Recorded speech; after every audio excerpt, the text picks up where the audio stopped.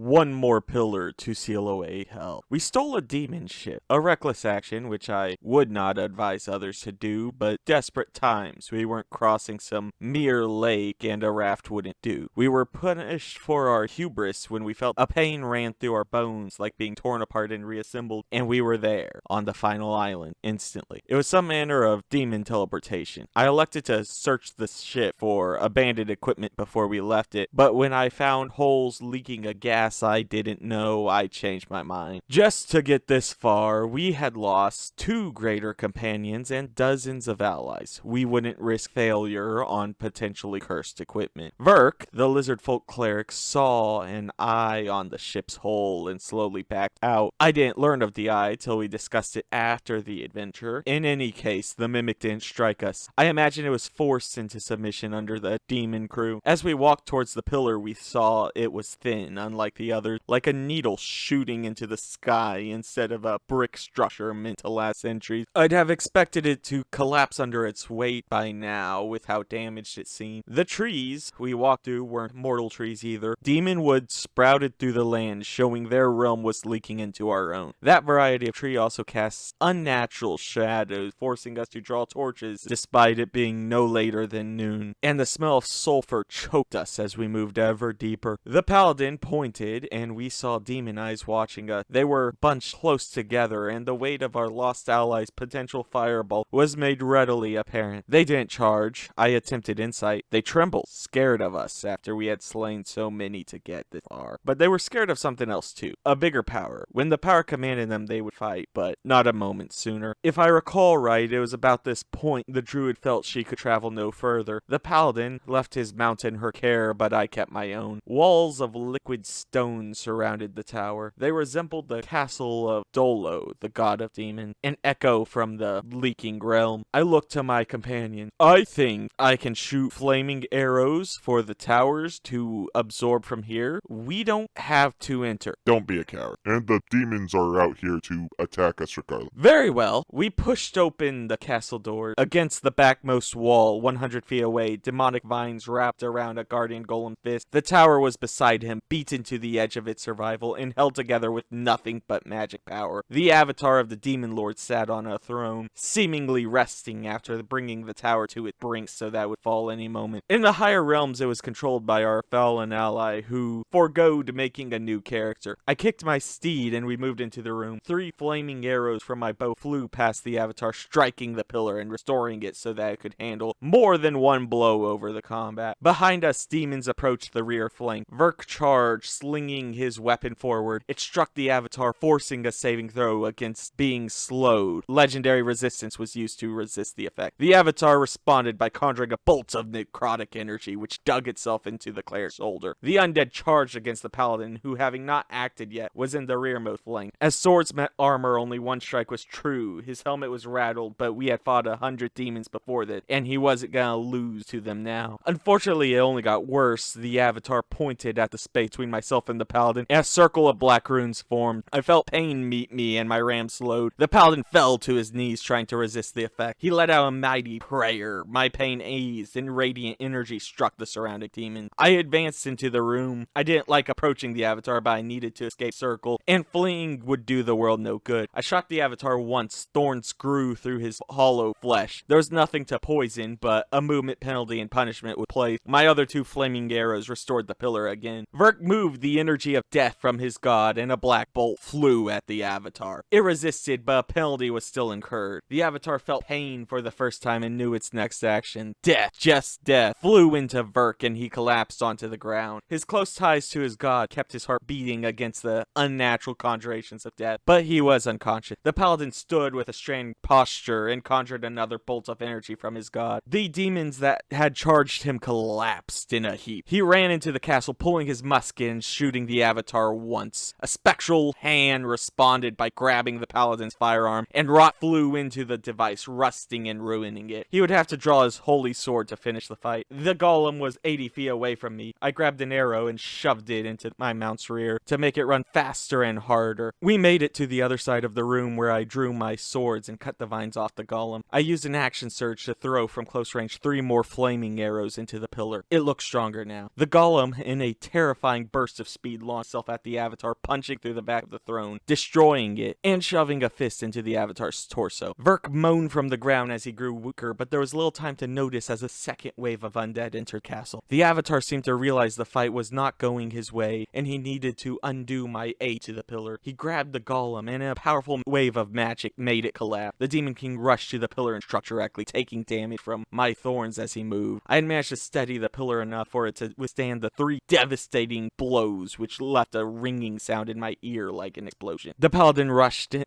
rushed further into the room to the cleric. He opened 2 potions and shoved the liquid into the lizard folk's gullet, and the reptilian eyes snapped open with rage. A beam of energy from the castle struck to try and put him back down, but not this time. The cleric pulled himself to his feet. More holy power struck the Avatar. He attempted to exert some form of control over the form, but once again his power was resisted with legendary might. I drew my bow, conjuring magic, then rolled 2 ones. Dolo's castle has unique penalties for ones. Magic from the demon realm pushed chaos into my bow. It burst into flames in my hands, and as I attempted to regain control, an arrow flew and my bike twisted to the space where it struck 60 feet away. My ram, now without a rider, panicked and sprinted toward the door. It was the Avatar's turn again. He only spoke. There was no hand motion, no calling for power. He just spoke, and the paladin fell. I believe such a force should have killed him, but his god reached down to hold him in an unstable, unconscious state. Verk spoke a healing word to stabilize and wake Aldrich, and conjured a curse against the Avatar. He legendarily resisted it for the last time. The strength he was pulling from the demon realm had moved from a steady flow to a trickle as the pillar was restored. I saw my ram's skull cave inward as the foot soldiers advanced further into the room. The beast turned to me. Instead of falling, it had been instantly forced into undeath. The Avatar knew if he could stop the holy warrior, the bow would end. Another circle of black runes formed under them, and both fell from the necrotic power. The undead foot soldiers came to me and struck thrice. I still stood, but was weak, and my bow was in flames. I couldn't retaliate. Then, the paladin rolled a nat 20 on his death save, immediately charging at the Avatar as he woke. The power of his holy blade and god burst when he struck the Avatar through the heart and ripped upwards, tearing through his head. The demons routed, and we had time to heal the cleric, finish restoring the pillar, and rest, having won the campaign. As an epilogue, I'll be cutting over art the DM had commissioned to celebrate the finale. It's much better than my own. My bow didn't turn to ash, hardening into obsidian that bent like wood. My first and only magic item. I would return to Restis, where we learned the king died in the final battle of the Civil War. He had been flanked by dwarves, whom his sister, now the queen, granted independence. The first dwarven nation in 500 years had been formed, which has been a present lore this entire time, but I don't think I remarked on it specifically at any point. I would go on to write a book of my adventures, creating one of the only first-hand accounts of demons that would exist for several thousand years now that the veil between realms is healed, and awkwardly shoved in the appendix would be the detail of arcane archery I hope will be adopted by future war. Aldrich Paladin was promoted to the highest rank in the land and continued fighting evil until he died. Then he became an angel and continued. Verk the cleric is a death domain cleric, which I don't believe I